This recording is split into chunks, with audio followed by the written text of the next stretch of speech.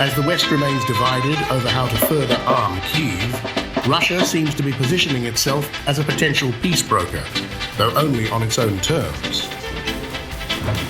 In talks with Hungarian Foreign Minister Péter Szijjártó in Moscow on Monday, Russian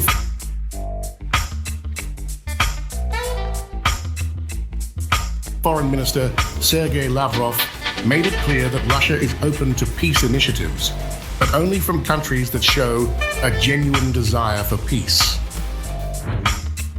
We absolutely agree that those who are in favor of peace are taking the right position, while those who believe that one should fight until someone is strategically defeated on the battlefield are not even reflecting the interests of their nations. Lavrov emphasized the efforts of countries like Hungary, Brazil, China, South Africa, and several Arab nations, noting that their peace initiatives are driven by a sincere desire to end the conflict.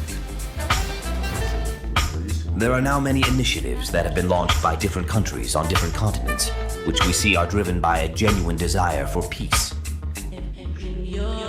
The recent peace route of Prime Minister Orban is one example of such initiatives, as are a number of others, including Sino-Brazilian, South African, and Arab, by the way, too. We are ready to consider them all. Hungarian Foreign Minister Péter Szijjártó echoed Lavrov's sentiments, stressing the devastating impact of the war on neighboring countries like Hungary. In these thousands of days, we have seen that this war has no solution on the battlefield. The solution can only be at the negotiating table, and for these negotiations to take place, diplomatic channels must be opened. At this time, many irresponsible decisions have been also taken, which have had a negative impact on a number of neighboring countries, including Hungary. These remarks come amid rising frustration among countries in the global south. Earlier this year, nations like Brazil, China, and South Africa formed the Friends of Peace group at the UN, calling for a ceasefire and a lasting resolution.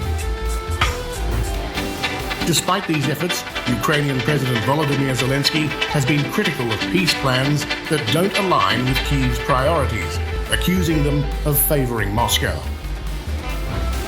In a shift from his previous position, Zelensky proposed ending the hot phase of the war by securing NATO guarantees for the territories under Ukrainian control.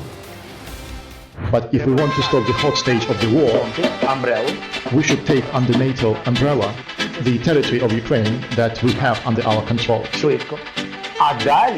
That's what we need to do fast.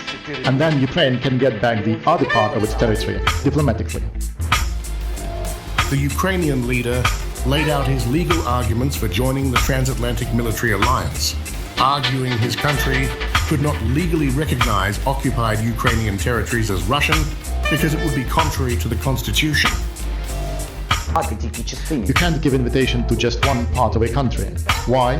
Because thus you would recognize that Ukraine is only that territory of Ukraine and the other one is Russia. So legally, by law, we have no right to recognize the occupied territory as territory of Russia. And here we must not make any mistake. This marks a departure from Zelensky's earlier stance, where he insisted that any peace talks should be tied to the return of all occupied territories.